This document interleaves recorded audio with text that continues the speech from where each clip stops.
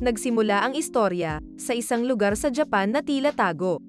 Sa gitna ng dilim, makikita ang isang lalaki na sinisira ang vault o gate. Pilit nitong winawasak ang entrance. Napabuntong hininga naman ito sabay kuha ng gamit sa kanyang bag. Isang sledgehammer pala ang nakatago doon at ginamit niya ito ng buong lakas para pilit na tibagin ito. At gigil na gigil pa nga, tila desperado itong makuha anumang mahalagang item ang napapaloob dito. Dahil sa pagpuwersa nito, nabuwag na din sa wakas ang harang, at inubo pa nga ito dahil sa mga debris. Pasalamat naman itong hindi siya nahulugan ng mga bato doon. Nainis naman siya dahil panira pa daw iyon sa kanya, kaya kinuha niya ang kanyang inhaler para maginhawaan. Kinuha na nito ang kanyang lamp at pumasok na tila may hinahanap sa lugar. Nagulat naman ang lalaki nang makita ang isang nakakatakot na estatwa. Lumapit ito at inexamine. Tumingala siya at inobersabahan ito ng mabuti, kasama pa ang ibang mga nakatago sa loob ng lugar na iyon. Habang busy itong pagmasdan at mamangha sa malaking estatwa, parang napaisip siya. Pero biglang may dali-daling tumakbo papunta sa kanya na tinawag siyang Sir. Ito pala ay ang kanyang lookout na sinabing kailangan na raw nilang umalis agad dahil sa tingin niya, pabalik na ang mga gwardiya. Nagulat naman ang lalaki at napatingin sa relo niya. Hindi niya inexpect na magiging mabilis ang pagbalik ng mga ito. Sa tingin daw ng lookout merong silang na-receive na tip. Anyway, wala na daw silang oras at tila kinakabahan na siya. Baka daw maging international criminals sila kapag mahuli at napakunot naman ng noo ang lalaki. Pero tila may bigla itong narinig sa kanyang tenga at napatingin palikod. May nakita itong sign at nang itapat ang kanyang kamay dito, umilo ang mata ng estatwa. Tinawag itong Sir Park ng lookout at pilit na sinasabing kailangan na nilang umalis ora mismo. Ni hindi pa nga daw nito alam kung saan makikita ang hinahanap nila. Pero wala itong pake at patuloy pa ring i-chin-check ang estatwa. Hinawakan itong mabuti ang hammer at tila inuukit o pinuputol ang ulo ng nakakatakot na estatwa. Matiyaga niya itong ginagawa sapagkat na-sense niyang merong nakatagong mahalaga dito. Dahil doon, nalaglag na nga ito na ikinagulat ng kanyang kasama. Naakyat na nga ng lalaki ang malaking estatwa habang nanood lang ang kasama nito. Parang meron siyang hinahanap sa loob ng katawan nito na pilit inaabot. Sa loob, makikita ang kanyang kamay at meron ngang laman ito. Naramdaman naman ito ni Mr. Park at hinayla. Natuwa naman ang kasama niya dahil nahanap niya na daw ito sa wakas. Nilapag niya ang item na parang jewelry box. Nang buksan niya ito, makikita ang isang green-colored artifact. Tinanong naman ng lookout kung yun na ba daw ang hinahanap nila at gusto niya ring makita. Nang tignan nila mabuti ito gamit ang magnifying glass, tinanong ng isa kung kaya niya raw bang basahin ang nakasulat doon. Ano raw ang nakalagay dito? Pero tahimik lang si Mr. Park na tila hindi makapaniwala sa nakikita niya. Sa tingin nito parang kilala niya ang hidden artifact na iyon na mukhang mamahalin at mahalaga. Sa ibang lugar, isang binata naman ang makikitang naglalakad pa uwi. Hinihilot nito ang kanyang likod dahil sobrang nakakapagod daw ang araw niya, sabay labas sa kanyang palad ng mga papel na pera. Sa isip nito, okay man daw ang pagiging construction worker kesa sa pagbababa ng gamit sa mga truck at pag-aayos ng mga boxes, pero mas pipiliin daw nitong bumili ng motor at mag-apply na lang sa delivery agency gaya ng Angkas o Lalamove. Pumasok na ito sa kanyang uuwian at tila may napansing kakaiba. Napansin nito ang liwanag na nagmumula sa loob at napaisip. Sigurado daw siyang pinatay niya ang ilaw bago siya umalis. Napaisip ito at biglang napatakbo na hinahanap ang kanyang ama. Iyon pala, 2 taon niya na itong hindi nakikita. Gayunpaman, sa sala, tila walang tao ang naroroon. Patuloy siyang naghanap. Sinipat nito ang bawat sulok ng bahay at sinasabing, "Nasaan ka na, tay? Please, sumagot ka naman." Curious naman ito saan na naman kaya pumunta ang tatay niya. Tila may napansin naman siya, at nakita niya ngang merong gamit sa lamesa na nakabalot pa. Alam niyang sa tatay niya ito galing. Gayunpaman, kung bumalik daw ito, sana ay nagpakita man lang siya sa kanya bago umalis uli. Hinawakan nito ang gamit at inalala ang kanyang ama. At doon nga na-reveal na ang ama niya pala ang nakita natin sa pinakaunang eksena at siya ay isang antique dealer. Habang ang kanyang lolo naman ay kilala bilang isang archaeologist at pro-Japanese na nagtaksil sa kanilang bansa which is Korea. Matapos nga daw nila makuha ang independence, yumaman daw ang lolo niya dahil patago itong nagbebenta ng mga national artifacts ng Korea. Nang malaman daw iyon ng kanyang ama, nahiya daw ito sa pinagagagawa nito kaya't nagdesisyon siyang i-dedicate ang kanyang buhay upang pagbayaran ang kataksilan ng kanyang ama. Matapos daw mamatay ang kanyang lolo, lumibot na ang ama nito para gawin ang kanyang misyon na ma-recover ang mga cultural assets na binente ng tatay nito at ang iba pang assets na inismuggle sa ibang bansa. At lahat daw ng nahanap ng kanyang ama ay dinonate nito sa bansa ng libre. At dahil doon, nawala lahat ng yaman ng kanilang pamilya. Makikitang umuwi si Mr. Park sa kanyang mag-ina pero para mamamaalam lang pala uli.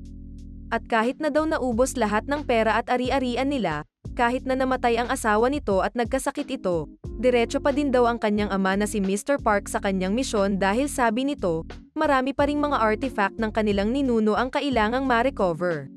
Matagal na panahon daw itong hindi naintindihan ng kanyang anak. Nang lumaki na nga ang anak nito, tinanong siya nito kung bakit niya pinipiling mamuhay ng ganon. Mukhang mahalaga raw ang bagay na iyon. Hindi niya raw maiiwasang magkaroon ng sama ng loob dito dahil napabayaan na ng kanyang ama ang pamilya niya at sarili dahil sa misyon na iyon. Ang nangyari tuloy, siya ang naging breadwinner ng pamilya bata pa lamang siya. Dahil din daw doon, kinailangan niyang i-give up ang pagkokolehiyo, pero hindi na daw mahalaga ang mga iyon, ang gusto niya lang ay ang bumalik ang kanyang tatay para makasama niya ulit ang kanyang pamilya. Bigla namang nagliwanag ang item sa lamesa at ikinagulat niya ito. Meron kasing liwanag na nanggagaling sa loob ng box na curious naman siya dahil dito, kaya binuksan niya ito at nagulat na parang isang mahalagang item ang naroon. Pagkabukas niya ng box, bumungad ang artifact na nahanap kanina ni Mr. Park. Tila nakita niya na raw ito dati at nang hawakan ito ng binata, bigla itong napatalsik sa kinatatayuan niya. At tila may mensahe na napapaloob sa liwanag. Lumutang ang binata at kahit sa labas ay kitang-kita ang liwanag na galing dito. Pero biglang nawala rin ito at nahulog ang box sa lapag. Lumutang ang artifact at tila nagkaroon ng aura ang binata, pinagpawisan naman ito. Pero biglang merong humawak sa kanya. Ito pala ay isang babae na yumakap sa kanya at nagpalutang. Isang magandang babae ang nakita niya kaya't napatanong ito ano ba daw ang nangyayari. Parang horror no. Hindi ko alam anong magiging reaksyon ko kung sa akin nangyari iyon. Kayo ano sa tingin nyo ang gagawin nyo kung may biglang yumakap sa'yo at lumutang ka? Parang pang Halloween no, ghost kaya ang magandang babae o waifu. Pero believe me, hindi horror ang kwentong ito. At balik sa istorya, tila nagising na sa katotohanan ang binata at nagulat itong, nasa sahig na pala siya at parang panaginip lang ang nangyari. Sumakit naman ang ulo nito dahil doon, inisip niyang mabuti ang mga nangyari. Nakita nito ang item sa lamesa, binuksan at hinawakan ang artifact at bigla na lamang siyang napatilapon na parang may kakaibang espiritu itong dala. Pero pagkatapos nun, merong magandang babae ang yumakap sa kanya na parang merong binulong sa kanyang tenga. Siguro nga daw, panaginip lang iyon, dahil kung hindi, paano niya raw maipapaliwanag ang nangyari? Napakamot ulo na lang siya at nakita ang artifact sa lapag. Nagulat naman siya na parang naging luma agad ang itsura nito gayong kagabi lang daw ay parang bagong-bago ito. Napaisip tuloy siya kung mali ba raw siya nang nakita. Ito pala ay ang tinatawag na 8 bells, isang artifact na unique sa sinaunang panahon ng Korea. Pero ang gamit daw ng 8 bells hanggang ngayon ay hindi pa rin natutukoy. Pero marami raw ang naniniwala na gamit ito ng mga shaman upang paalisan ang mga multo at sa paghiram ng kapangyarihan mula sa langit. Ngayon, sigurado daw siyang umuwi nga ang tatay niya at siya ang nagdala nun. Habang naghihilamos, napatanong naman ito kung bakit iniwan ang 8 bells ng kanyang ama. Habang nasa CR, meron namang tumawag sa binata. Nagulat siya nang makitang ito pala ang boss niya, day off niya raw iyon. So pumunta na siya sa trabaho at hinanap ang kanyang boss. At dito finally, nakilala na natin ang bida na ang pangalan pala ay Hejin. Napapunta pala ito doon para tanungin ano raw ang ibig sabihin niya sa sinabi sa phone about sa pagsuspinde ng kanilang construction. Sabi naman nitong, medyo malyugo raw. Inanyayahan niya itong mag-usap muna daw sila at pumasok sa office na isang shipong container. Napansin naman ng boss niya na mukhang lumabas daw ang naroroon. Ang may-ari ng lupain ng construction site. Siguro nagpahangin lang daw muna. Magintay lang daw muna ito at siguradong pad-ating na yon. So sumagot na lang si Hejin ng opo. Meron naman inayos ang boss niya sa lamesa at nakuha nito ang atensyon ng bida. Sabi ng boss na hindi niya raw pwede ito actually sabihin sa iba pero inangat niya ang takip at nasurpresa si Hejin sa nakita. Nakita daw ito ng boss niya habang inaayos ang lupa para sa parking slots. Tinanong naman ng bida kung nire-report na raw ba ito sa Cultural Heritage Administration, at sagot nitong tila walang intensyon ang may-ari ng lupain na gawin iyon. Sa tingin daw ba nitong i-give up na lang ng may-ari ang proyekto nila dahil lang sa mga nakitang porcelain sa lupain matapos niyang gumastos ng malaki sa pagpapakonstruct. Pero sabi nitong, kung meron daw value ang mga ito, siguradong mabebenta ito sa malaking mahalaga. Napatanong naman ang boss niya kung totoo bang maalam si Hejin sa mga ganong bagay at sumagot siya ng oo. Pero unti lang daw. Sagot nitong naghahanap daw ang landowner ng taong mag-a-appraise o titingin ng halaga nito kaya raw siya nito tinawagan. Na-curious naman ito kung nagdesisyon ba daw ang may-ari na bigyan ito ng parte doon. Aniya, since siya ang nakadiskubre ng porcelain at dahil kailangan niyang ay sekreto ang tungkol dito, kung magiging okay daw ang trabaho ni Hejin, sisiguraduhin niya raw na babayaran niya ito separately para sa kasipagan niya, sabay ngiti. So hinawakan at tinignan itong mabuti ni Hejin at sinabi niyang mukha itong red porcelain. Napatanong naman ang boss niya, ano iyon? Gawa daw ito sa pag-a-apply ng dye na tinatawag na cinnabar glazed at baked daw at dahil doon, nagiging pula na ito. Ang cinnabar ang isang mineral na gawa sa mercury na merong pulang kulay at diamond gloss. Curious naman ang boss niya kung gaano na raw katanda ang porcelain na iyon.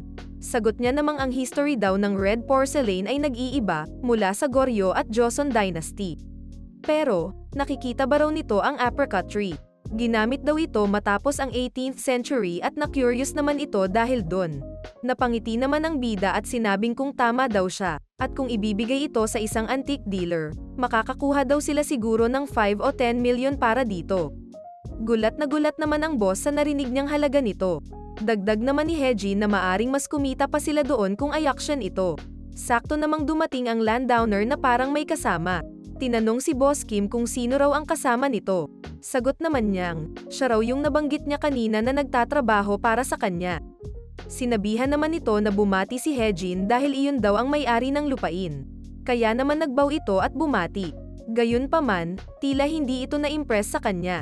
At na-speechless din si Boss Kim. Iba ang tingin sa kanila ng landowner at ng kasama nito, parang may pangmamaliit. Good job naman daw sa pagdala niya sa batang iyon doon, pero pwede na raw itong umalis. Nagulat naman si Boss Kim sa narinig niya at sinabing kakatapos lang daw nitong i-appraise ang mga porcelain. Dinismiss naman ito ng landowner at pasiga na sinabing, hindi raw ito joke. Ano raw ang gagawin niya sa uhuging bata na iyon? Ipinakilala naman ito ang kasama niya na tinawag niyang Sir Kim Chol-sang.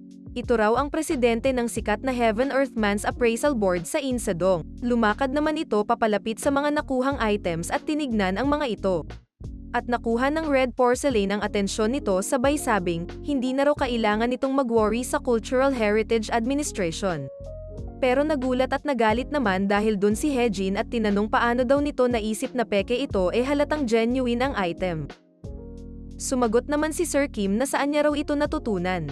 At na-stun naman sa tanong si Hejin. Pagmamaliit nito, narinig daw niyang trabahador lamang ito sa construction site so tinanong niya, saang school daw ba siya nag-college?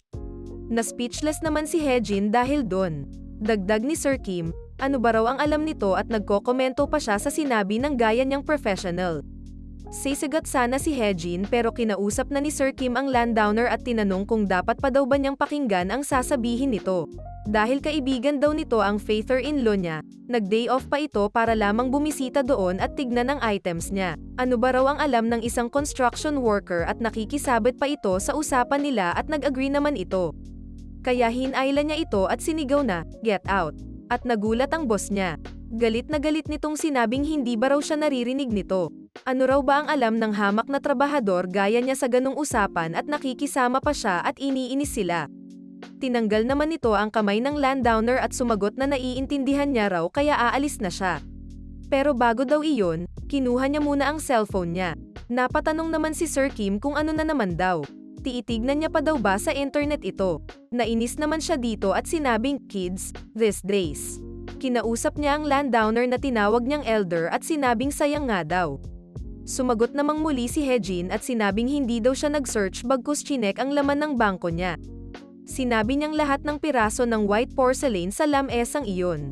Nagulat naman ang dalawa sa sinasabi niya, ay bibilhin niya ng 1 million bawat isa. Nagulat naman ang lahat dahil dito. At kahit si Hejin ay pinagpawisan sa ginawa niyang desisyon. Ano kaya ang iniisip nito at bibilhin niya yon? Ganun ba siya kasigurado sa items na totoo? At kung tama nga siya, mapagkakakitaan niya ba ito? O ginagawa niya lang yun dahil sa pagkainis sa pagmamaliit nila sa kanya? Well, malalaman natin yan sa next episode. Alam kong curious kayo sa kung ano ang mangyayari next. Kaya naman, kung nais mong malaman ito, siguraduhin mong naka-like, follow o subscribe ka sa aming channel o page. Share mo na din ito sa iyong mga tropang mahilig sa manhwa. Maraming salamat sa panunood, Oni-chan. Sa nakaraang video, pinatawag si Hejin ng kanyang boss sa trabaho para ay pa-appraise ang mga nakita nitong items sa site. Nalaman naman nitong totoo yun pero iba ang sinabi ng isang nagpakilala na si Mr. Kim na professional appraiser daw. Dahil naman sa pangmamaliit nito sa kanya, napagdesisyonan ng bida na bilhin ang mga items ng 1 million each. Pero, bago natin ipagpatuloy ang kwento, shoutout muna sa inyong mga nanonood ng bago nating series. Maraming salamat sa suporta, lalo na sa ating mga Senpay tier members. Solid kayo. Balik sa istorya, muling sinabi ng bida na bibilhin niya ang bawat isang item ng tig 1 million. Sapat na daw ba ang 10 million para sa lahat ng items? Nagulat naman ang landowner at tinanong kung 10 million ba ang sinabi niya. Bigla naman tinanong si Hejin ng kanyang boss kung saan ito kukuha ng ganun kalaking halaga. At curious din ang matatanda sa likod. At nang makita nito ang e-wallet niya, nagulat siya. Dahil raw hindi na nag-college si Hejin at nagtrabaho na agad, nakaipon na ito ng 15 million. Naging obeses daw ito sa pagpapayaman. Kung tatanggapin niya raw ang offer, pwedeng-pwede niyang i-deposit ito agad. Yun lang, kailangan nitong paggawin siya ng letter of transfer. Tila naiabangan naman ito sa bida at sinabing, okay fine. Wala naman daw siyang dahilan para tanggihan ang ganong pera. Pipigilan sana ito ng professional appraiser pero napatanong ang landowner bakit. Hindi daw dapat ito nagpapadalos-dalos sa desisyon niya. Ano naman daw ang mali dun sa tanong ni Hejin? Hindi ba't sinabi niyang peke ang mga ito? So okay na daw kung mabebenta niya ang mga walang kwentang bagay na yun ng tig 1 milyon bawat isa. O baka naman daw babawiin niya na ang sinabi niya at hindi ito sigurado kung peke nga ba ang mga ito. Inasar naman siya ni Hejin at sinabing appraiser siya who makes a name for himself sa Insadong. Pinagpawisan naman si Sir Kim dahil doon. Sinabi ng landowner na kuhanan siya ng papel at ballpen ni Boss Kim at parang kahit siya ay hindi makapaniwala sa gagawing desisyon nito. Dapat daw ay pag-isipan muna nilang mabuti ito. Pero pinatahimik siya ng landowner at sinabing tigilan na ang pagtutol at gawin na lang ang pinapagawa niya. Kahit ang professional appraiser ay tutol sa gagawin niya pero wala silang magawa. Napatingin naman sa porcelain ang bida at naisip na sigurado siyang hindi peke ito. Nakita niya na raw ang mga katulad noon at marami na rin siyang natutunan mula sa kanyang ama, bata pa lamang siya. So ang appraisal at mga turo daw ng kanyang ama ay hindi pwedeng maging mali. Napatingin naman ito kay Sir Kim na tila pinagpapawisan sa tabi. Bakit daw kaya nito sinabing peke ang mga yon? Ang isang skilled na antique dealer daw ay hindi gagawin ang katulad nun. Maari raw kayang may hidden agenda ito. Napatingin naman ito sa paligid kaya't tinanong siya ni Boss Kim kung ano daw ang meron. Sinabi niya sa kanyang boss kung narinig din ba raw nila ang tunog ng mga bells. Wala itong narinig na kahit ano. Bigla namang sumigaw ang landowner at tinawag si Boss Kim at inutusang dalhin ang ink doon para metatikan niya na ang papeles. Habang nag-uusap sila, narinig muli ito ni Hejin pero nagulat siya na parang siya lang ang nakakarinig nito. Bigla namang may bomb alert na liwanag sa kanyang katawan at muling lumabas ang babae sa nakaraang episode. Binulong nito sa kanya na pilitin daw nitong magsabi ng totoo ang appraiser, sabay hawak sa kanyang kamay at inangat ito. Parang lumutang na naman nga ang dalawa at nagsambit ng di mabasang chant ang magandang babae habang nakatameme lang ang bida. Merong lumabas na magic circle sa harap nito at tila hinawakan ang kanyang kamay. Pero lahat pala ng nangyayari ay siya lang ang nakakakita. Napansin naman ng landowner ang kamay ni Hejin at nagalit ang elder dahil akala niyang dinuduro siya nito kaya tinawag niya itong rude little bastard na ikinagulat naman ng bida. Hindi nito alam paano nangyari pero bigla na lang daw kumilos ang kamay nito mag-isa. Tigilan na raw nito ang pagtitig at ibigay na sa kanya ang pera at pirmahan ang papel agad, sabay tawag na idiot kay Hejin. Sinabi naman nitong naiintindihan niya raw. Kaya't kinuha niya ang kanyang phone at nag-send ng 10 million won sa elder. Ipinakita nito ang transaction details at tinanong kung okay na ba raw iyon. Pero meron lang daw isang tanong ang bida at na-curious ang landowner dito. Ngunit ang sinabi lang ni Hejin ay why. Iyon pala ay para kay Sir Kim. Tinanong nito kung nagsinungaling daw ba siya na peke ang mga items. Habang nanghiram naman ng box si Hejin sa kanyang amo. Nagtaka naman ang elder at sinabing anong nonsense daw ang sinasabi nito.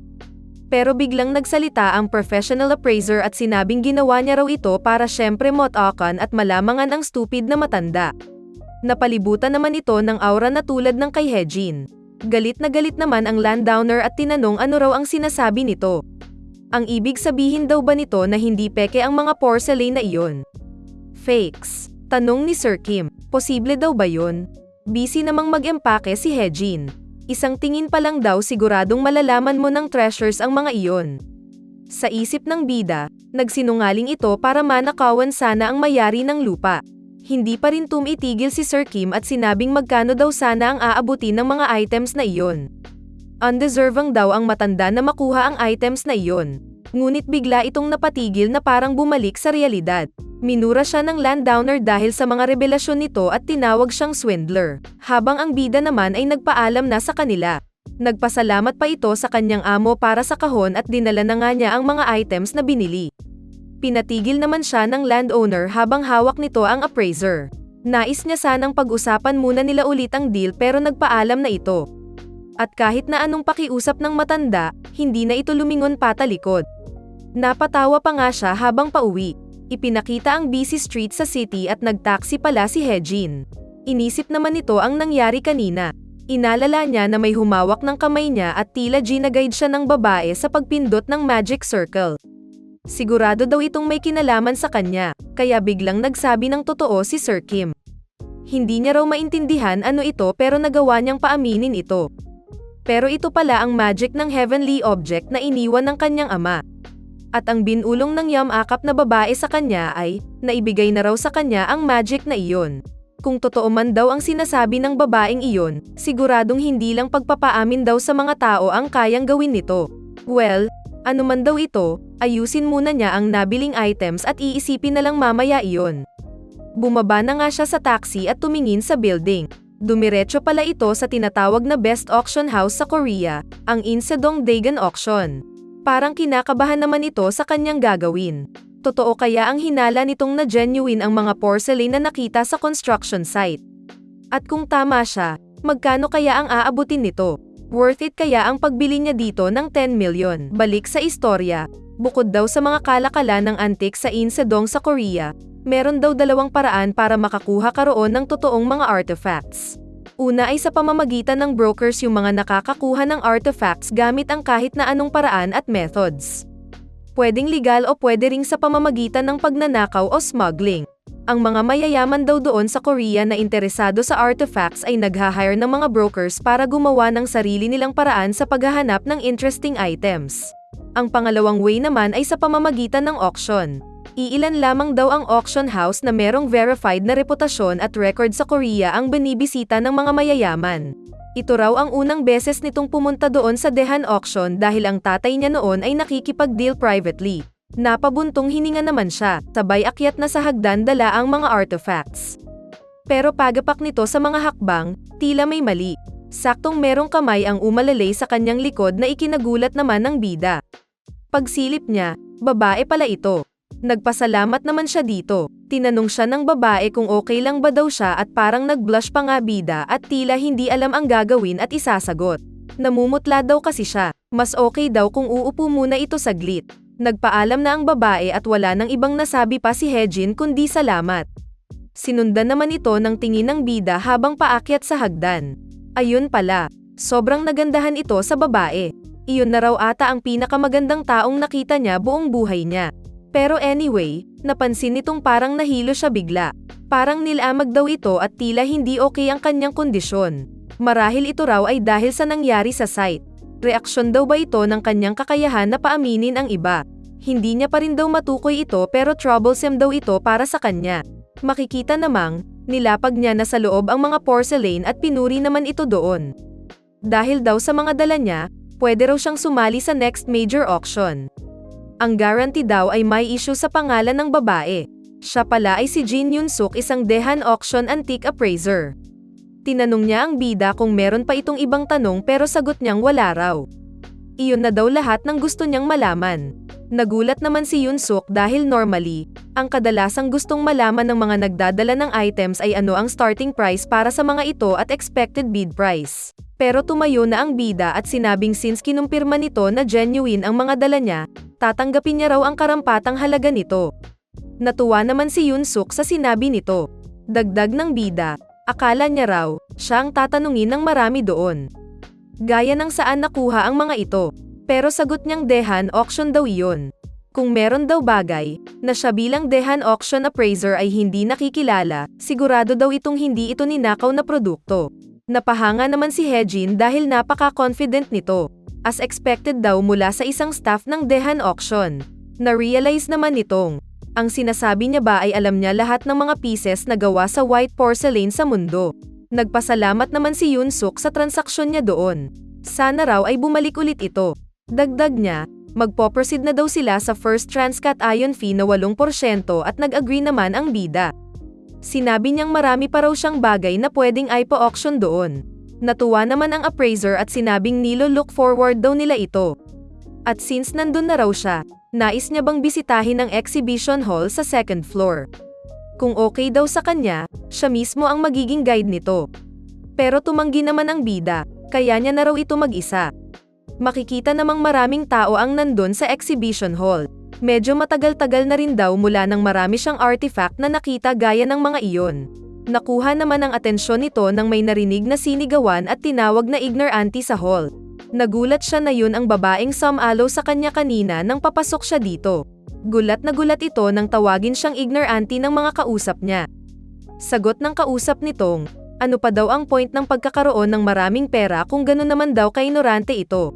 Hahayaan na sana siya nito pero ano daw ang mga sinasabi niya. Ang matapobreng babae pala ay si Song Yerin, apo ng presidente ng Yuseong Group at kasama nito si Jong Dae-hayan ang kanyang personal na appraiser. Tinanong niya siya kung sa tingin ba daw nito ang basurang nasa harap nila ay worth billions.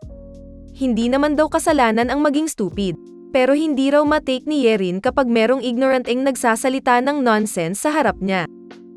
Nagpantig naman ang tenga ng babae, at tinanong paano nito nasabing nonsense ang nabanggit niya sa kanila. So tinanong ni Yerin si Department Head Jong. Lumapit ito at tinukoy na iyon daw ay ang Jade Buddha ng Ming Dynasty. Ayos naman daw ang kulay pero may imbalance sa kaliwa at kanan kasama na ang hem ng robe, sira din daw ang edges nito. Aniya, 1 billion. Sa tingin niya hindi na daw so sasbra pa dun ang worth nun. Narinig ba daw nito iyon, sabi ni Yerin. Nai-scam daw sila dahil wala siyang mata para sa mga ganong bagay. At napayuko na lang siya. Dagdag ni Hyrin, hindi niya raw maiwasang magalit kapag nakakita siya ng mga idiot na gaya niya. Lumapit naman si Hejin sa kanila at namagitan. Kaya napatanong si Hyrin sino daw ba ito, kasama daw ba niya ito? How pathetic daw. Pero tinanggi niyang konektado sila. Alam niya naman daw na wala siya sa posisyon para makialam ngunit hindi niya raw matiis ang naririnig niya. Galit naman si Mr. Jong at sinabing ang yabang daw nito. Hindi nga raw siya nakikilala nito. Hindi raw iyon ang lugar para maging careless ang gaya niya sa pagsasalita. Sagot naman ng bida na ang mayabang daw doon ay hindi siya. Parang may kakaiba naman itong naramdaman bigla. Lumabas muli ang babae at nagliwanag ang bida uli. Na-activate ba raw ulit ang kapangyarihan nitong paaminin ang ibang tao? Napatingin naman sila sa kanya at na-curious ano ang nangyayari dito dahil nakakatitig lang siya sa Buddha. Pero na-recognize niyang parang kakaiba daw ito this time. Lumapit naman siya sa item at humawak sa case nito. Tila merong nangyaring kakaiba sa kanya nang hawakan ito. Nasilaw na nga siya sa liwanag na lumabas dito at napapikit. Ipinakita ang kalangitan at parang espiritong nakalutang ang bida sa himpapawid. Na-transport pala siya sa probinsya ng Sichuan sa panahon ng Ming Dynasty. Napatingin siya sa paligid at na-realize na ibang ability naman ang na-unlock niya ngayon. Wow! Hindi lang pala pagpapaamin sa tao ang kaya niyang gawin kundi ang mag-teleport na rin. Grabe, napaka-useful ng kakayahang ito. Dahil kaya ito sa paghawak niya sa item? Well, malalaman natin ang sagot sa next episode. Kaya naman, kung curious ka what happens next, siguraduhin mong naka-like, follow o subscribe ka sa aming channel o page. Share mo na din ito sa iyong mga tropang mahilig sa manhwa. Maraming salamat sa panonood, Oni-chan. Sa nakaraang video, dinala ng bida ang nabili niyang porcelain sa auction house. Dito niya nakilala ang appraiser doon na si Yoon-suk na tumanggap ng kanyang items. Tinulungan niya naman ang isang babae nang makita niyang pinapahiya ito sa exhibition hall. Pero, bago natin ipagpatuloy ang kwento, shoutout muna sa inyong mga nanonood ng bago nating series. Maraming salamat sa suporta, lalo na sa ating mga Senpai tier members. Solid kayo. Balik sa istorya, nang hawakan ni Haejin ang case ng Buddha, nagliwanag ito at tila humiwalay ang espiritu niya. Inexpect niya na daw ito pero ito ba raw ay astral projection. Hindi naman siya makapaniwala na naranasan niya ang surreal state ng astral projection at ang lumutang sa ere bigla-bigla. Pero ang pinaka nasurpresa siya ay nang makita ang scenery sa baba. Ang nakikita niya raw na arkitektura sa mga kalyeng nasa harap niya ay makikita lamang sa record at imagination ng modern times. Dahil ito raw ay ang ancient China, ilang century na ang nakakalipas. Siguradong napadala daw siya doon dahil sa artifact. Imagination lang ba daw ang lahat ng ito? Pero lumabas muli ang babaeng nakikita niya lagi. Sinabi ng babae na kung makatingin daw nito ay parang inaasahan niyang mangyayari iyon. At sagot ng bida, tama raw, hinihintay niyang magkaharap silang dalawa. Dahil meron siyang mga nais itanong sa kanya. Ito raw ay kung ano ang dahilan at napasa sa kanya ang magic ng heavenly object. At ano raw ba ang gusto nito pati meron bang kalakip na kapalit ang kapangyarihang natatamasa niya ngayon. Gaya ng, kukunin ba raw nito ang buhay niya kapag hindi niya ma-fulfill ang kondisyon nito. Sagot niyang, syempre naman, bibigyan siya nito ng proposal. Pero ito raw ay something na hindi niya pwedeng tanggihan. Balik sa auction house, nagulat silang biglang nanahimik si Haejin. Matapos daw nitong sumigaw doon, tinatry niya ba daw na wag nang mapahiya. Natawa naman si Hyrin. Matapos daw nitong magpanggap na parang may alam, bigla-bigla na lang siyang tatahimik. Sinayang lang daw nito ang oras nila. Pero inexpect niya na raw na mangyayari iyon. Nakakagulat na bigla namang nagsalita ang ito at sinabing may ipapakita raw siya sa kanila. Tinanong niya exactly, anong klaseng item daw ba iyon? Storytime muna tayo. Nagsimula daw ang kwento sa leading families ng China. Ang Wu family sa Sichuan region ng Ming Dynasty kung saan merong gera noon dahil sa pananakop ng mga banyaga. Sa tingin daw ng bida, nagsimula ang lahat ng iwan ng kanyang ama ang 8 bells. Ngayon ang babaeng nakikita niya na raw ang nais makipag-usap sa kanya at humihingi ng tulong. At sinasabi nitong wala siyang karapatang tumanggi sa sasabihin nito. Nag-excuse naman si Haejin at sinabing kung pinapasunod niya ito sa kanya, sana ay sabihin man lang daw sa kanya kung saan sila pupunta. Gayunpaman, patuloy lang ito lumakad at nakakagulat na pumasok pa nga sa pader. At nashock ang bida na kaya niya rin daw gawin ito. Ipinakita naman ang isang eksena kung saan isang anak ang nakikiusap sa kanyang ama na payagan na siyang umalis nito. Sa panahon daw na iyon, si Song ay isang taong mahal na mahal ang kanyang pamilya. At dahil namatay ng maaga ang asawa nito, sobra niyang pinahahalagahan at pinoprotektahan ang Yunako iho nitong si Min. Ngunit ang chivalrous na si Min daw ay nais na umalis at sumali sa digmaan. Eventually, kahit na pinipigilan siya ng kanyang pamilya, umalis pa rin ito at lumabas sa battlefield. Nang umalis siya, makikita ang ama nitong nakaluhod at nananalangin para makabalik ng ligtas ang kanyang anak. Naroon lang ang dalawa at nanonood sa kung ano ang nangyayari sa mag-ama. Isang araw, meron daw monghe ang bumista sa bahay ng mga Song para humingi ng donasyon. Sinabi nitong dahil mukhang may sakit ang peach tree na iyon, siguro hindi daw naririnig ang panalangin niya. Dagdag niya, meron lamang isang buto ang peach, pero consider ang natila namamatay ang puno dahil sa sakit. Ang seed daw na yon ay hindi na may itanim pa. Nang tanungin naman ng ama ang monghe kung paano nito iligtas ang kanyang anak. Sinagot nitong, meron daw precious na Hachan Jade na matatagpuan lamang sa high places ng bundok ng Kunlun. Matapos daw niyang gumawa ng Buddha statue gamit ito, ilagay niya raw ang pinakamahalagang bagay niya sa loob at i-donate ito sa templo. Kaya naman, walang pag-aatubili itong sumunod sa iminungkahi ng monghe. Nandun din ang dalawa sa kabundukan at hindi nakilala ng bida na ang naghuhukay doon kahit na malamig at nag-snow ay si Song. Pwede naman daw niyang utusan ang mga servant niyang pumunta doon at kunin ang kailangan niya. Pero bakit daw siya pa mismo ang kumuha nun merong snowstorm? Sagot naman ng babaeng, para daw mailigtas ang kanyang anak. Buong lakas nitong tinitibag ang lupa. At dahil daw doon, bunga ng determinasyon at pagpupurisigi ng amang si Song ay ang Jade Buddha statue. Sa wakas, tagumpay si Song na mahanap ang Jade. Matapos nun, kinuha niya ang mahahalagang Jade rings ng asawa nito at dinonate nito ang mga iyon sa templo. Kwento ni Hejin, salamat daw sa good deed ng kanyang ama, nabuhay at nakauwi ng safe ang kanyang anak na si Min. Tumingin siya sa estatwa at sinabing hindi lamang ito basta-basta Jade Buddha statue. Isa daw iyong precious na artifact na naglalaman ng puso at determined sayon ng mga magulang na concerned sa kanilang anak. The more na valuable daw ang isang object, mas mahirap daw i-assess ang halaga nito sa pagtingin lang sa labas nitong anyo. Kaya naman kung bibilhin daw ito ng bilyon, hindi daw ito expensive. Pasigan namang sinabi ni Hyrin kung kaya niya ba raw patunayan ang mga sinabi nito. Posible kasing gawa-gawa niya lang ang istoryang iyon. So sagot niyang, ang istoryang iyon daw ay tungkol kay Zuyun na nakita niya nang binasa niya ang librong World Story Records. Dito makikita ang iba't ibang klase, rare at interesting na kwento noong early Qing Dynasty. Pero sayang daw at hindi niya maipapakita dahil ang hirap daw mahanap ng librong iyon. Sa isip niya, syempre kasi gawa-gawa niya lang ang alibay niya tungkol sa librong pinagmulan ng istorya. Gayunpaman, pwede daw siyang magpakita ebidensya at nagulat naman si Hyrin dito. Ang mga jade rings daw sa loob ng estatwa ang magsisilbing ebidensya ng kwento niya. Sigurado raw siyang merong bakas ng pagdrill at pagtapal sa likod nito para sa mga singsing na nilagay sa loob. Hindi daw ito mahirap kumpirmahin. Marami na nga ang nakiusyo at na-curious sa sinabi niya. Kinumpirma ng isang nakikinig sa kanila na totoo daw, dahil makikita ito sa likod. Sabi pa ng bida, nabanggit kanina ng personal appraiser ni Hyrin na kakaiba daw ang pagka-out of balance ng Buddha.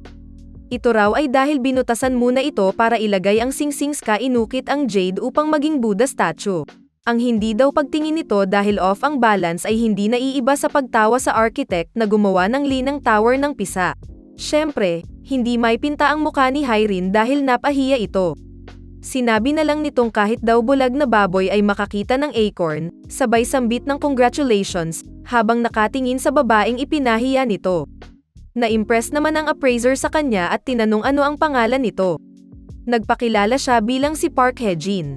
Umalis na sila at sinabi nitong tatandaan niya raw ang pangalan na iyon. Sana raw ay magkita muli sila. Napatingin naman sa gilid ang bida at doon sinabi ng babaeng kasama niya na sana daw ay eye-guide nito ang no-scatter na 3 heavenly objects papunta sa kung saan sila dapat naroon. Nagulat naman si Hejin dito pero bago pa siya makapagtanong muli, unti-unti nang nawala ang babae. Marahil ang sinasabi daw nitong 3 heavenly objects ay ang bronze dagger, mirror at ang 8 bells. Lumapit naman ang babae sa bida at nagpasalamat sa ginawa nito. Wala daw iyon. Hindi niya lang daw matanggap na minamaliit nila ang Jade Buddha statue na iyon. Sa isip niya, wala din naman talaga siyang ideya kung ano ito until nakast ang magic sa kanya. Nagulat naman ito nang bigla siyang tanungin kung kumain na raw ba siya. Sa labas, makikita namang galit na galit si Hyrin at sinabi kay Mr. Jeong na wala ba daw itong dapat sabihin sa kanya. Napahiya daw siya dahil sa kanya. Noong nagtatrabaho daw ito sa lolo niya, tila parang alam nito ang lahat kung umakto. So bakit daw hindi niya alam ang librong nabanggit kanina na tinawag na World Story Records? Sagot naman nitong, never pa raw niyang narinig ang tungkol sa libro na iyon. Isa pa, meron daw librong pinamagatamji New Account of the Tales of the World noong Liu Song era. Pero hindi niya pa narinig ang tungkol sa World Story Records o ang istorya tungkol sa Jade Buddha statue na iyon. So nagulat si Hyrin at sinabing, ang ibig sabihin ba nun ay inimbento lang daw ito ng lalaki kanina? Bakit daw kaya? Well, sabi nitong sa sitwasyon na iyon, meaningless na raw ang authenticity ng librong nabanggit. Ang importante raw ay meron ngang traces na nakita sa likod ng estatwa. Nang mahanap ito ng lalaki, nawala na ang kanilang initiative. Matalino daw ang lalaking namit nila kaya naman inamin nitong natalo siya nun. Pero wala raw pakialam si Hyrin kung natalo ito o hindi. Ang importante daw ay ang babaeng si Yunhai. Ngunit sagot nitong meron din daw pagkakamali si Hyrin. Kahit na meron daw silang personal grudge sa isa't isa. Nag-eskandalo daw ito sa loob kaya naman maraming tao ang lumapit. Kung hindi daw ito nangyari, maaring question pa ng mga tao kung totoo ba ang librong World Story Records. Expert man daw siya. Marami daw ang stupid at mabilis maujok at naniniwala lang sa kung ano ang sa tingin nila ay tama. Sa tingin daw ng mga naroon kanina, si Irene ang kontrabida na deserve ang maturuan ng leksyon. Ang pakikipag-argue nito ay mas makakasama pa sa impresyon sa kanya. At ang pinakamgalaga raw, hindi dapat malaman ng lolo niya ang nangyari. Speechless naman si Irene. Dahil dagdag nitong kahit gaano daw kasakit sa pride niya, kailangan niyang lunukin muna ito at tanggapin ang pagkakamali. Ang mga oportunidad daw ay dumarating sa mga taong kayang kontrolin ang kanilang emosyon. Very valuable lesson mula kay Department Head Jong. Nakakabilib na kahit siya na napahiya dahil na-put to test ang expertise niya ay tinanggap lang ito at nag-move on. Totoo nga namang, mahirap gawin, pero may mga pagkakataong kailangang lunukin ang pride. Daming lesson sa storya na ta. At wait, napansin nyo bang parang may namumuong love story sa pagitan ng bida at si Yunhai? Kabang-abang na naman ang mga susunod na eksena. Kaya naman kung curious ka what happens next, siguraduhin mong naka-like, follow o subscribe ka sa aming channel o page.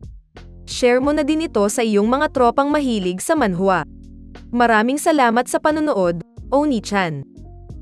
Sa nakaraang video, nakakabilib na nakapag-unlock na naman ng bagong ability ang ating bida at ito ay ang astral projection.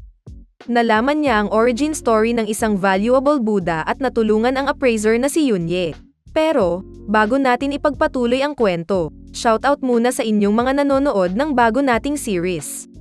Maraming salamat sa suporta, lalo na sa ating mga Senpai tier members. Solid kayo. Balik sa istorya, makikita ang isang high-end resto kung saan kumain sina Hejin at Yunye. Niyaya niya ito dahil sa pagtulong niya sa kanya sa auction house. Tila patapos na silang kumain nang ihain na ang dessert sa kanilang table. Tinanong ni Yunye kung kamusta raw ang pagkain doon at sagot naman ng bida na masarap daw. Natuwa naman ito dahil nagustuhan niya. Medyo rude man daw pero tuwing nakakakilala siya ng tao, meron siyang tendency na kilalanin kung anong klaseng tao sila. Doon niya mas nakikilala ang mga ito. Kaya naman, tinanong nito kung okay lang ba raw na merong siyang ilang katanungan sa kanya. Sagot naman nitong, go ahead. Okay lang daw sa kanya. Mukhang maalam daw ito sa mga antik. Ano raw klase ng trabaho ang meron siya? Sa isip naman ng bida, pwede niya namang diretsahin siya. Pero considering ang nangyari kanina, mukhang di lang raw ito nagiging polite. Sagot nito sa kanya, mahirap man daw paniwalaan pero nito lang, nagtrabaho siya bilang isang construction worker. Nagulat naman ito na para sa construction worker, tila napakarami niyang alam pagdating sa artifacts. Pagdating daw sa kaalaman sa mga anti-gang bagay, ang taong na-meet niya kanina ay isa sa top 3 experts sa Korea. At hindi naman ito makapaniwala. Sa isip niya, although confident siyang kaya niyang makisabay sa experts, ngayon daw na nagkaroon siya ng ganun mga abilidad, hindi raw ito dapat magpatalo pagdating sa skills. Dagdag ni Yunye na kahit lolo niya raw, ay nirerespeto ang opinyon ng taong yun pagdating sa antics. Pero nakakagulat daw, na tila hindi ito discouraged at all. Kaya naman daw ito ang dahilan kung bakit interesado siya sa kanya. Nagkakatitigan naman sila, may something, tila hindi naman in-expect ng bida ito. Kaya naman nalaglag niya ang kanya tinidor at parang naglaway pa nga ito. Natawa naman si Yunye sa reaksyon nito at sinabing wag daw itong kabahan. Hindi naman daw niya hinihiling na i-date siya nito. Napahaha naman ang bida at sinabing hindi din daw siya ang type na nai-inlove basta-basta dahil sa looks ng isang tao. Oh my, reply naman ni Yunye. Sinasabi ba raw nito na maganda siya? Nag-thank you naman siya dito. Ahem. Yan na lang ang nasagot ng bida. Tanong naman nitong, hindi ba raw at meron itong something na gustong malaman sa kanya? Narinig na raw ba nito ang Seon Gallery? Tanong ni Yunye. Sagot naman ng bida na yun ba daw ang gallery sa may Bakchien? Oo. Yun daw sabi niya sabay abot ng kanyang card. Mina-manage daw nito ang Seon Gallery matapos niyang manahin ito sa kanyang lolo. Napaisip tuloy ang bida kung gaano raw kaya kayaman ang babaeng ito na nakatanggap siya ng gallery at naging manager nito. Nabanggit nitong nakakainggit daw ang pagiging gallery curator nito. Ganun daw kadalasan ang reaksyon sa kanya ng mga tao pero sa POV niya raw, hindi naman ito big deal. Inalala naman ito ang panlalait sa kanya kung saan sinabihan siyang nai-scam dahil wala siyang mata para sa mga artifacts. Narinig ba raw ito ni Hejin? Napahawak naman si Yunye sa kanyang kape sabay sabi na kung mawawalan siya ng pera dahil na-scam siya, matatapos din naman daw ang issue dahil makakalimutan din ito ng mga tao. Pero kung mangyayari daw ito paulit-ulit, ang chismis tungkol sa kanyang mga kamalian noon ay siguradong lalaganap. Kaya naman, although alam niyang medyo rude ang i-request niya, sana daw ay tanggapin nito na maging personal appraiser niya. Nastan naman ang bida sa offer niya. Pwede niya raw isipin na ini-scout siya nito. At dahil biglaan daw ang request nito, i-offer daw nito ang best conditions. Gayunpaman, humingi ng tawad si Hejin at sinabing, sa tingin niya magiging mahirap daw iyon. Hindi pa raw nito naririnig ang mga kondisyon niya, sagot ni Yunye. Bakit daw ito tumatanggi agad? Nagpakahones naman ito at sinabing, pangarap daw talaga nito ay ang mga karoon ng chill at relax na buhay. Pero kung need niya daw ng help, pwede niya naman siyang kontakan anytime, pero as a freelancer lang daw. Sa ganung paraan lang daw siya makakatulong sa kanya. Nahiya naman si Yunye at sinabing masyado ata siyang naging mayabang. Sino daw ang mag-aakala na mare-reject ito bago pa niya malatag ang mga offer at conditions? Nabanggit daw kasi nitong nagtatrabaho siya sa construction industry. Pero sabi ng bida na hindi niya na kailangang maging trabahador, at dahil wala naman ito sa difficult na situation kung saan kailangan niyang matali sa isang trabaho para lang kumita. Hindi niya sure paano sasabihin pero gusto niya lang daw kasi sana muna ng more time para sa sarili niya. Sana all. Naintindihan naman ito ni Yunye, sabay tanong kung papakinggan daw ba nito ang request niya kung freelance na trabaho ang ibibigay sa kanya. Pangiti naman itong sumagot ng, yes. Sabay abot ng kanyang kamay para makipag-shake hands. Dahil daw request ito mula sa kanya, syempre pakikinggan niya raw ito. Nagkasundo na nga sila at sinabi ni Yunye na hayaan niyang officially na i-commission siya para sa isang project. Tungkol daw sa detalye ng trabaho, kukontaken na lang daw siya nito bukas. Matapos ng kanilang meeting, dahil pagod na si Hejin ay nag-book na lang ito sa pinakamalapit na hotel at doon nagpahinga. Tinignan nito ang inabot na card ni Yunye at napaisip siya tungkol sa Seon Gallery. Nakakita na raw siya ng ilang antek na ibenta ng kanyang ama abroad na nakadisplay sa Seon Gallery. Questionable raw kung paanong ang mga artifact na trinade sa China at ibang lugar ay nadi-display sa isang Korean art gallery across the sea. Hindi niya naman daw madiretsang itanong ito kay Yunye. So kinailangan niyang i-hold in ang kanyang curiosity at mag-step back. Pero sino raw ang mag-aakala na ang curator ng gallery na iyon ay biglang mag-show up sa harap niya ng ganun-ganun na lang. Tumingin naman ito sa salamin at nagulat na naroon muli ang babaeng nakikita niya dahil sa 8 bells. Tinanong siya nito kung iniintay niya ba raw ang pagkikita nila. Nagulat naman ang bida at tila napamura at nahimitay pa nga dahil hindi inaasahan ang encounter na iyon. Napakauwan naman daw nito sabi ng babae, hindi naman daw nito kailangang mahimatay na parang nakakita ng multo tuwing lalabas siya. Bakit daw noon ay medyo relaxed ito nang magkita sila. Kung ganyan daw ang magiging reaksyon niya baka pati siya ay mapa-atras din, sabay hawak sa bida. Sagot naman nitong, bigla-bigla naman daw kasi itong lumalabas ng walang paabi. Tinanong naman siya nito kung kamusta na daw ang pakiramdam niya kumpara nung nakaraan kung saan parang naubos ang energy nito. Napaisip naman ang bida nang mabanggit niya ang salitang energy.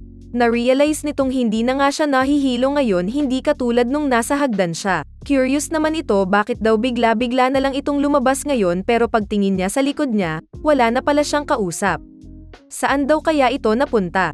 Napasigaw naman ang babae at ayon pala ay nakatingin lang sa bintana. May mali daw ba? Tanong ng bida. Sabi naman nitong, anong nangyari? Bakit daw ang laki ng pagbabago ng langit at lupa? At napaiyak pa nga ito na ikinagulat ni Hejin. Pero nafa-feel niya raw ang energy mula sa Korean Peninsula. Yun daw ay dahil wala doon ang 3 heavenly objects. Tinuro naman ito ang lumilipad na eroplano at tinanong ano daw ang kakaibang bagay na iyon. Bakit daw nito hinahati ang sagradong kalangitan? Sinabihan naman siya ni Hejin na kumalma. Hindi naman ito matahimik at hindi raw siya makakalma. Imposible raw na nangyayari ang mga bagay na iyon. Sabay sambit ng bigon. Bigon na may hawak pang mga items. Dahil doon, napasigaw tuloy ang bida na, it's not what you think it is. Kumalama muna daw ito at makinig sa kanya, so nastan tuloy ang babae. Hindi raw yun ang iniisip niya. Makinig muna daw sa kanya ito at ikwekwento niya ang mga bagay na ikinagulat nito. So sabihin muna daw nito ano ba yung dapat sasabihin niya kanina. Pero bago ang lahat, hayaan niya muna raw na magpakilala ito. Siya raw ang kaluluwang namamahay sa 8 Bells. Matapos raw ang daan-daang taon, nagising siyang muli, salamat daw kay Hejin. Nagpakilala ito bilang shaman ng Heavenly Altar mula sa sinaunang Korean Peninsula. Altar kung saan ginagawa ang mga ancestral rites para sa mga Diyos. Napasagot naman si Hejin ng as expected, pero tinanong siya nito kung alam niya ba raw ang sinasabi nito. Mas mapapadali kasi ang usapan nila kung oo. Gayunpaman, sa totoo lang daw, hindi nito naintindihan ang kahit na isa sa mga sinabi niya. Nainis naman ang babae at tinanong alam naman daw nito ang tungkol sa 3 heavenly objects, tama ba? Sagot naman nitong, oo daw. Inexplain ng babae na ang heavenly altar ay ang lugar kung saan sila nanalangin sa mga Diyos para sa kasaganaan at development ng buong Korean Peninsula. Iyon daw ang lugar kung saan nila prinoprotektahan ang 3 mahahalagang heavenly objects which is yung 8 bells, bronze mirror at bronze sword. At bilang shaman daw na nagpoprotekta ng heavenly altar, naprotektahan daw siya ng mga nation at dynasties matapos ang maraming mga taon. Pero, nung panahong buhay pa raw ito, meron raw mga banyagang kaaway ay nag-invade sa kanilang lugar at pinatay lahat ng mga heavenly altar shaman. Ninakaw daw ng mga ito ang 3 heavenly objects. Isa siya sa mga shaman na nabawian ng buhay dahil sa pangyayari na iyon. Pero nang napapikit na raw nito ang mata niya, ang kanyang kaluluwa raw ay nanirahan sa 8 bells. Kaya naman, nandun siya ngayon sa harapan nito. Meron lang daw itong isang kahilingan sa kanya. Ang mahanap at mapagsama-sama ang nawawalang 3 heavenly objects at pumunta sa nirvana. Ibibigay daw nito ang mga kakayahan niya hanggang sa ma-achieve niya raw ang misyon na iyon. Kaya naman, hindi na nito natuloy ang sasabihin dahil nagulat siyang umiiyak si Hejin dahil sa kwento niya. Dagdag naman nitong, kaya naman, sana ay matulungan siya nito. Nagulat naman si Hejin na hindi na raw ito nahihilo ngayon. Sabi naman ng shaman na kung merong mga salamin, pwede raw silang mag-usap nang hindi niya kakailanganing gumamit ng energy. Matapos ang kanilang pag-uusap, naligo na ang bida. Inisip nito ang sagot niyang tutulong sa shaman. Pero parang nakaread away lang daw siya sa nangyari. Kung ang mga ninakaw na artifact daw ng mga ninuno nila ay ma-recover din nila. Napaisip siya habang nagto-toothbrush. If committed pa raw ang ama nito sa kanyang misyon, sa tingin niya ay magkikita sila one day. So tila hindi raw masamang proposal ito. Napaisip naman ito at napantingin sa salamin, nakakagulat na nandun pa pala ang shaman at nanonood sa kanya. Namula naman ang bida at napasabi ng bad words dahil sa nangyari. Lumipat naman ang eksena isang gabi sa may kalye kung saan isang lalaki ang naglalakad. Mayroon itong daladalang hindi matukoy na bagay sa likod, at may binisitang isang lugar. Pagpasok, merong naghihintay na lalaki sa kanya ang nakaupo sa isang couch. Napangiti naman ito nang makita siya. Paglabas ng lalaki, dun nga natin nalaman na ang daladala pala nito ay isang painting. Tumawag siya sa kanyang boss at sinabing need leaver na raw ito. Kaya naman sinabihan siya nito ng good job. Lipat sa kabilang linya, ipinakita ang tila kausap ng lalaki kanina. Siya ay nasa kanyang office at umiinom. Ni-reveal nito na ang painting na Dine Leaver ay ang painting ni Ma Yuan, isang sikat na Chinese painter. Wait. Tama ba ang nakikita natin? Si Jong De Haya na personal appraiser ni Yerin ito, diba? Ano kayang tinatago nitong sikreto? Halata namang illegal ang bentahan kanina ng painting so may side business pala ito. Nako, matapos ang overnight stay ng bida sa isang hotel bumili ito ng officetel sa affordable na presyo. Wow, big time. Finally, natapos na daw nito ayusin ang kanyang mga gamit. Although, wala talaga siya ganun karaming aayusin. Ang rason kung bakit siya gumawa ng ganong desisyon ay dahil nais nito ng fresh start. At yes, makikita muli natin ang shaman sa salamin nito. Iniisip ni Hejin, saan kaya dapat siya magsimula? Tinanong niya ang shaman kung meron ba raw itong nararamdaman doon at sabihin sa kanya asap. Pero sagot nitong wala. At ano ba daw yung asap? So saan ba raw dapat ito magsimula? Bigla namang merong tumawag sa kanyang phone. At habang may kausap ito, nakikimarites pa nga ang shaman. Tila pinatatawag ito sa araw iyon kaya naman naiintindihan niya raw. Kinuha nito ang kanyang coat at sinabing alam niya na raw kung ano ang dapat nilang gawin ngayon.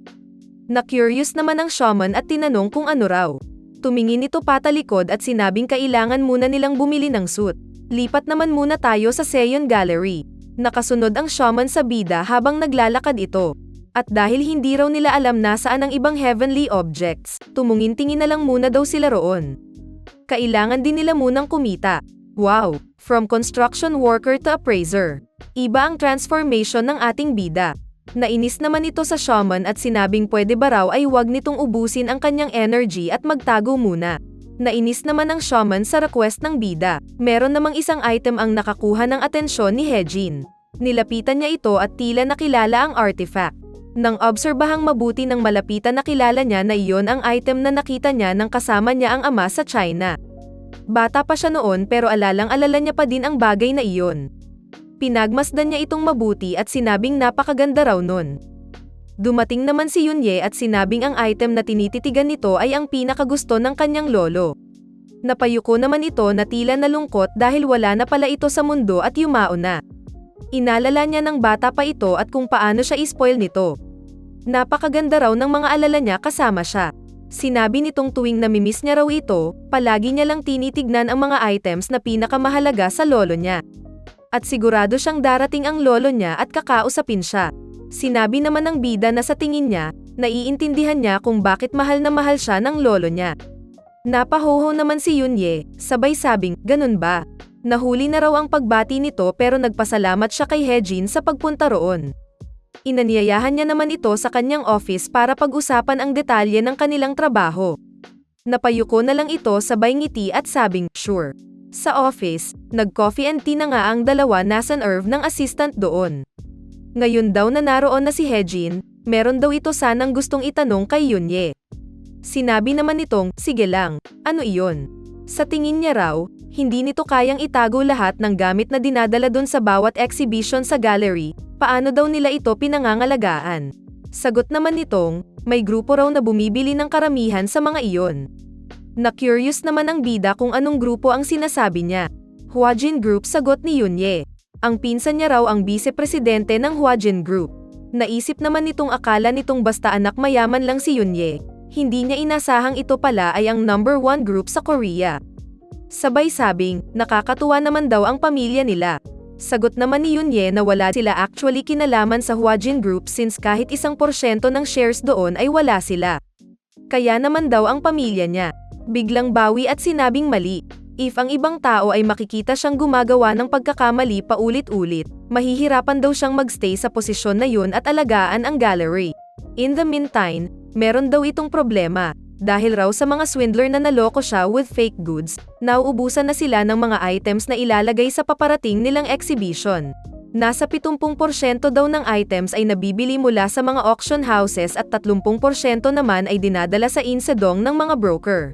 Although marami raw makikitang murang items sa Insedong, marami raw mga counterfeits kaya naman hindi siya confident na gumawa ng mga transakayan doon. Kaya naman naintindihan ni Hejin kung bakit siya kinuha nito. At nag-agree naman si Yunye. Pwede raw ba siyang tulungan nito? Napaisip naman ito sa sinabi niyang Insedong. Confident siyang sumagot na oo naman, siya na raw ang bahala. Kaya naman bamiyahe na ang dalawa at habang nasa kotse, tinanong ang bida kung palagi raw ba itong bumibisita sa Insedong. Sagot naman nitong, matagal-tagal na raw simula ng huli niyang bisita rito. At hindi naman makapaniwala si Yunye roon. Sinabi nitong tila ang laki na raw ng pinagbago ng lugar na iyon. Tila mas naging maaliwalas daw dahil maraming mga dayuhan ang pumupunta at bumibisita rito. Pero dagdag ni Yunye, na mas gusto niya ang lumang Insedong. Paglipas daw ng panahon, ang pamumuhay ng tao ay nagbabago raw talaga. Pumasok naman sila sa isang store at sinabi ni Yunye na iyon daw ang sinasabi niyang lugar na pupuntahan nila.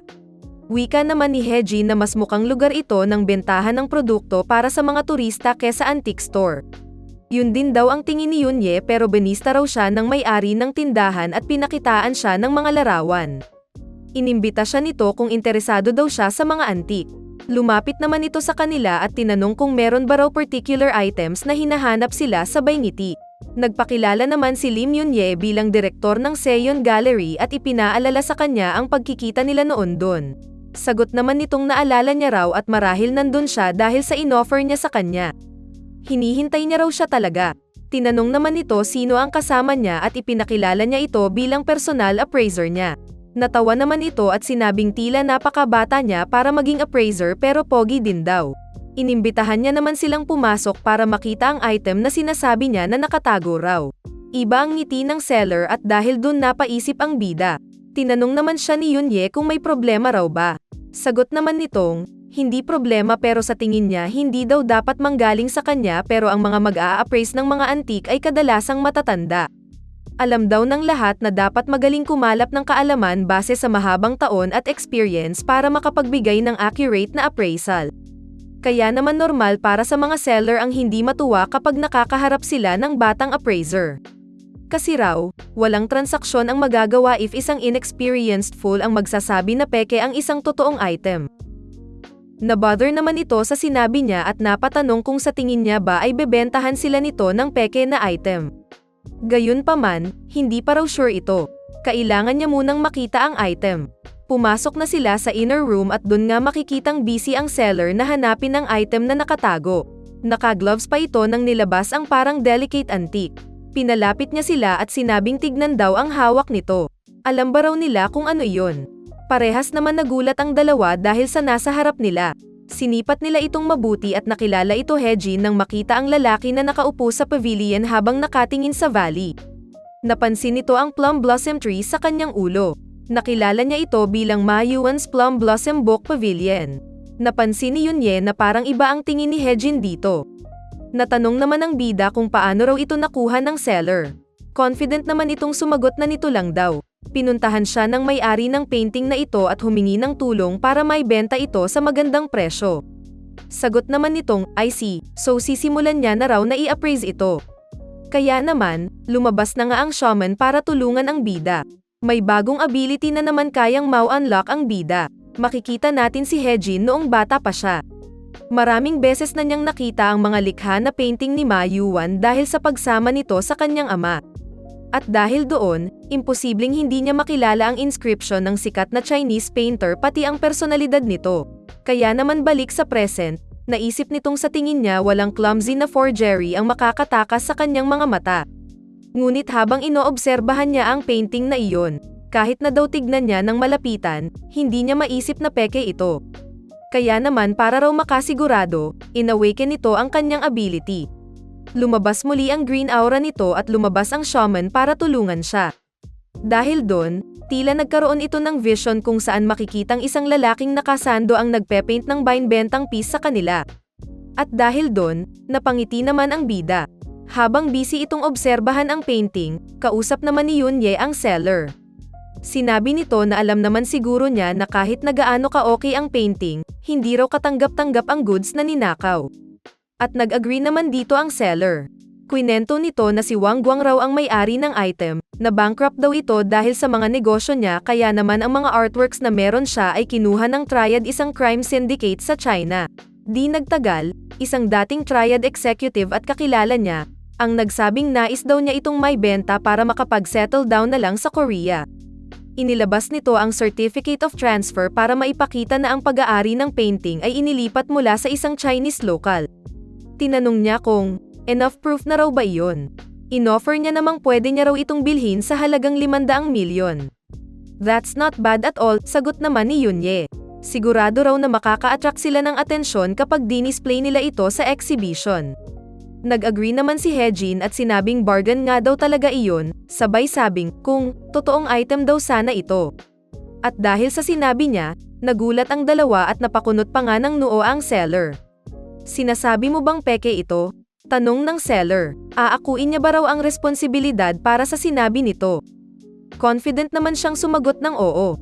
Sigurado raw siya na peke ang painting na iyon. Nagulat naman si Yunye at tinanong na peke raw iyon. Sagot ng bida na oo, makikita raw ito kapag inobserbahan mo ang brushstrokes. In-explain nito ang brushstrokes daw doon ay rougher at bolder compared sa makikita mo sa mga painting ni Ma Yuan.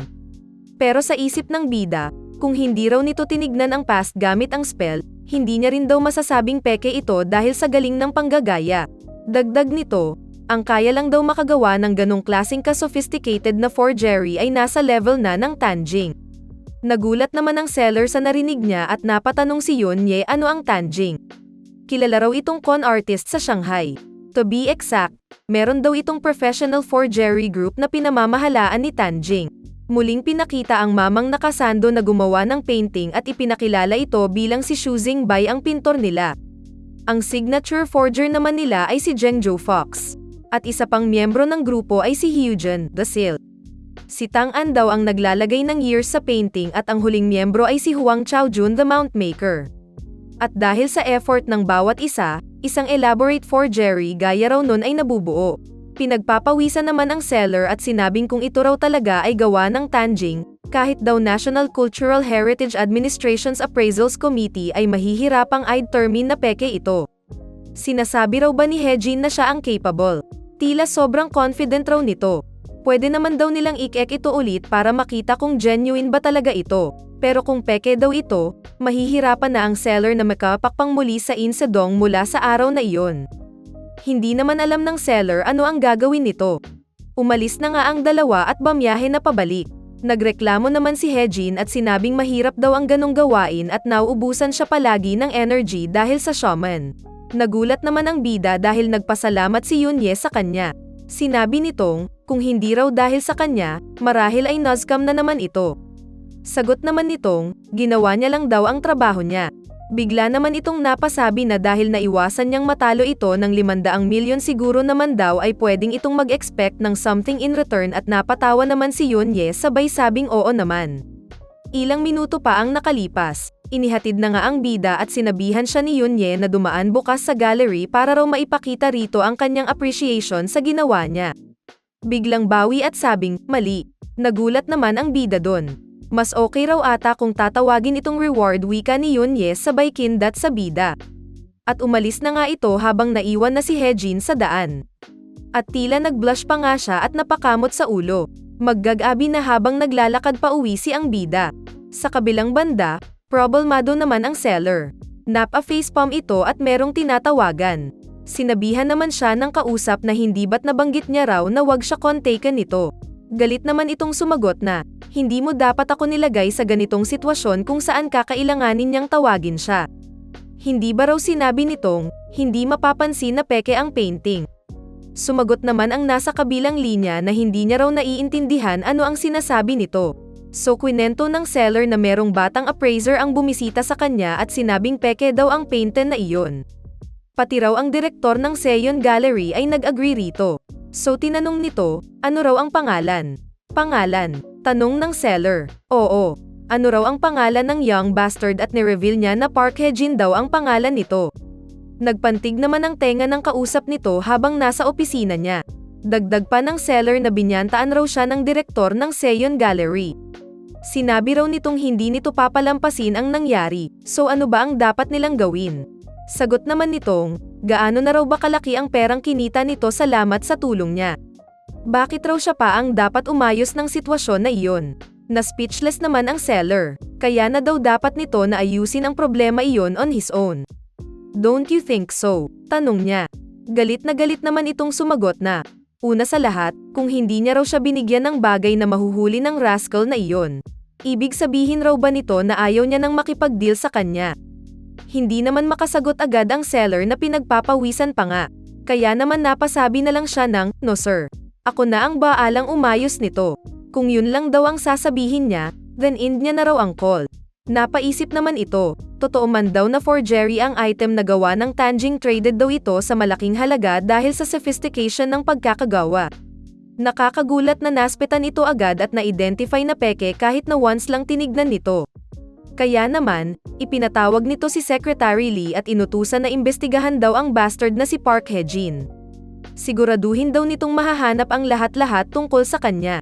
Makikita naman ang bida na busy sa paghahanap ng salamin para mas madaling makita ang shaman nang hindi gumagamit ng ganun karaming energy. Mapapahamak kaya ang bida dahil sa nangyari. Makikita ang Seyon Gallery. Nagmeet ngang muli sina Hejin at Yunye. Nagpasalamat ito sa tulong ng bida sa kanya. Sagot naman nitong, ginawa niya lang daw ang kanyang trabaho. Meron daw sana siyang gustong ipakilala sa kanya pero na-late lang daw saglit. Saktong pumasok naman ang isang lalaki sa office. Sinabi nitong naroon na raw pala ang bisita nila. Siya ay si Lee Jong-myung ang team leader ng Mirror Group. Ipinakilala niya ito kay Hejin at sinabing siya raw ang biggest customer ng gallery at ang fiancé nito. Nagulat naman ang bida nang marinig na fiancé. Wow, kahit ako nagulat dun ah. Nagbow naman ito at naghello sa kanya sabay pakilala na siya raw si Lee Junmyung. Narinig raw nito kung paano niya tinulungan ang kanyang Yunye kaya naman nagpapasalamat siya rito. Nakipag-shake hands naman ang bida sabay sabing nice to meet you. Ako nga pala si Park Hejin. Napaisip naman ang bida dahil sa positive statement nitong my Yunye. Sabi ni Junmyung na bihira daw mag-compliment ang kanyang Yunye, pero palagi raw nito binabanggit na dependable si Hejin. At parang threatened nga ito nang sabihin, kaya naman nais niya raw itong makilala in person. Napakamot ulo naman ang bida at inisip na grabe kung bakuran si Yunye nito. Sabi naman ni Hejin na rather than dependable, siguro ang ibig sabihin daw ni Yunye ay nakahanap ito ng freelancer na worth it sa perang ibabayad niya. Sagot naman nitong, dahil daw sa statement na yun tila medyo worried daw siya. Dapat daw ata ay sinet na ni Yunye ang bayad in advance. Hindi raw siya sure kung na-disappoint nila siya. Kaya naman sumagot si Hejin at sinabing hayaan daw nilang sabihin niya muna ang kondisyon niya. 1% daw ng appraised value. Iyon ang kondisyon ng bida. Nagulat naman si Yunye sa sinabi nito at napatanong paano kung hindi authentic ang item. Kahit daw peke ang item, 1% pa rin daw ang singil niya sa appraised value. Dahil 500 million raw ang appraised value ng Plum Blossom Book Pavilion, ang bayad daw dapat sa kanya ay 5 million. Wow, ang laki pala ng kitaan dito. Sumagot naman ang fiancé ni Yunye na inaamin niya raw na malaking tulong si Hejin sa kanila pero sa tingin niya raw ay hindi niya matatanggap ang kondisyon na iyon. Ang appraisal fee daw sa Druvos Appraisal Center sa France ay 0.5% lang ng appraised value ng item. Hindi ba raw ang appraisal fee ay nare-reduce kapag nalamang ang item ay hindi genuine? Sagot naman ng bida na alam niya raw iyon. Pero grupo daw kasi ang mga iyon samantalang siya ay individual lamang. Sigurado naman daw siyang iilan lang ang mga taong kayang mag-appraise ng gaya ng work ng Tanjings for Jerry na kasing bilis at ka-accurate niya. Siyempre, kondisyon niya lang raw iyon. At tila inis naman si Junmyung dito. Sabi ni Hejin, kung hindi raw nito gusto ang offer niya, pwede naman daw kung ano ang maibibigay nila. Ang ibig sabihin daw ba nun, ay wala na silang next transaction tanong ni Yunye. Sumagot naman itong pwedeng mangyari iyon. Sumakit naman ang ulo nito at sinabing bigyan daw siya ng oras para mapag-usapan nila ito. Tumayo naman ang bida at sinabing naiintindihan niya raw kaya maghihintay muna siya sa labas. Nakatayo lang sa labas ng kwarto ang bida at hinihintay kung ano ang magiging desisyon nila. Alam niyang medyo malaki raw ang hinihingi niya at sigurado siyang mahihirapan gumawa ng desisyon ang gallery given ang sitwasyon nila ngayon. Pero after ilang minuto, lumabas na nga sa building ang bida na meron hawak na envelope. Sinilip niya ang laman nito at sinabing afford naman pala nilang bayaran siya ng 5 milyon. Mukhang gusto pa rin daw siyang makatrabaho ni Yunye dahil doon. Sa opisina naman, sinermonan si Yunye ng fiancé niya at tinanong, ilang beses na raw bang nag-appraise si Hejin at tinanggap nito ang kondisyon niya. May sense daw ba na ibinigay nito ng hinihingi niyang 1% ng appraisal value? Sagot naman ni Yunye na oo. Kung kailangan, iniisip niyang gamitin ang sarili niyang pera para i-recruit si Hejin. Ang painting daw ngayon ay 500 million lang so 5 million lang binayaran niya, paano daw kung ang mga items sa susunod ay sa halagang 1 o 2 billion na? Bibigyan niya raw ba ito ng 10 or 20 million? Inamin naman ni Yunye na dapat kinumpirma niya muna ang halaga in advance at nagkaroon siya ng pagkakamali. Mahirap daw ang sitwasyon nito sabi ni Junmyung. If gagastos ito ng ilang milyon sa appraisal fees para sa mga bagay na hindi niya pala bibilhin, paano niya ito i-account? Siguradong ang mga head daw ng departments ay kakwestiyonin kung ang perang ginamit niya ay galing ba sa kanyang sariling pondo. Speechless naman si Yunye doon. Dagdag ng fiancé nito, napakarami raw experts sa paligid. Kung kinakabahan daw ito, hahanapan niya raw siya ng tamang tao para makatulong sabay hawak sa kanyang balikat. Sagot naman ni Yunye na marami na raw siyang nakilalang experts sa field na yon. Nung nabili niya raw yung peking item noon, 3 experts daw ang kasama niya yung isa pa nga raw ang inirekomenda nito mismo. Gayunpaman, matapos nilang kilatisin ito ng 1 oras, wala ni isa sa kanila ang makapagsabi kung peke nga ba ang item o hindi. Nainis naman si Junmyung at tinanong kung sinasabi niya raw bang kasalanan niya ito. Sagot naman ni Yunye na hindi raw iyon ang ibig niyang sabihin. Para sa kanya, baka hindi na sila makahanap ng iba pang appraiser na gaya ni Mr. Hejin. Anyway, nakaraan na raw iyon so change topic na sila. Hindi naman may pinta ang mukha ng fiancé nito na napatanong hindi raw kaya iba ang rason kung bakit ini-insist nitong makipag-work kay Hejin. Lumapit naman siya at sinabing tila interesado raw ito sa kanya. Dapat raw nitong gamitin ang ganda niya to their advantage. Nainis naman si Yunye sa suggestion nito at sinabing wag daw itong maging sarcastic. Mas ininis naman siya nito nang tanungin bakit daw. Ganito daw ba siya mag-react dahil interesado din siya sa kanya. Napatayo na nga sa galit si Yunye sabay sigaw na opa. Kaya naman lumayo na ang fiancé nito at sinabing kalimutan niya na raw ang sinabi niya. Ayaw niya raw na sampin pa siya nito dahil lang sa pumunta siya doon. Wag lang daw nitong kakalimutan na parehas daw silang wala sa sitwasyon kung saan pwede silang maging considerate sa iba. Alam naman daw nitong if hindi niya raw kayang ma-retain ang posisyon niya bilang direktor ng gallery ay hindi niya na ito made date, hindi ba? At nagpaalam na nga ito at iniwan si Yunye. Paglabas, halatang halata na inis si Junmyung dahil kay Hejin at sinabing tila magiging problema pa raw ito sa kanila. Hindi niya matanggap na 1% ang hinihingi nitong bayad. Saan daw kaya nagmula ang lokong iyon? Lipat naman tayo sa office tel ng bida. Nandoon lang ang shaman at nagmamasid sa labas. Tumunog naman ang cellphone ng bida habang tulog si Hejin at nakuha naman ito ang atensyon ng shaman. Kaya ginaisang niya ito, tululaway pa nga ito nang sagutin ang tawag. Sa kabilang linya, tinanong kung kamusta na ang bida. Napatayo naman ang bida at hindi makapaniwala sa narinig niya. Nakalimutan na raw ba nito ang boses niya? Pero tinawag siyang Tito Byung-guk nito. Napatawa naman ito at sinabing tama. Kamusta na raw ito, tanong niya. Okay naman daw siya. Tinanong niya naman ito pabalik kung kamusta na. Sumagot naman siyang, I'm fine. Sabay sabing, hindi pa rin daw niya nakukontak ang tatay nito. Meron daw ba siyang alam tungkol sa kanya? Sagot naman nitong, matagal-tagal na rin daw nang huli niyang nakausap ito. Kaya't napatanong siya, kung hindi rin ba siya nakakakuha ng impormasyon kung nasaan ito. Sayang daw at meron sana siyang ipapakiusap raw dito.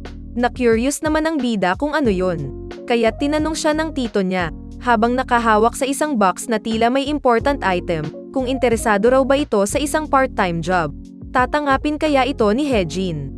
At wait, parang nagiging K-drama na ang istorya Lalo na nang i-reveal na merong fiancé si Yunye pero parang arranged lang kasi may kondisyon.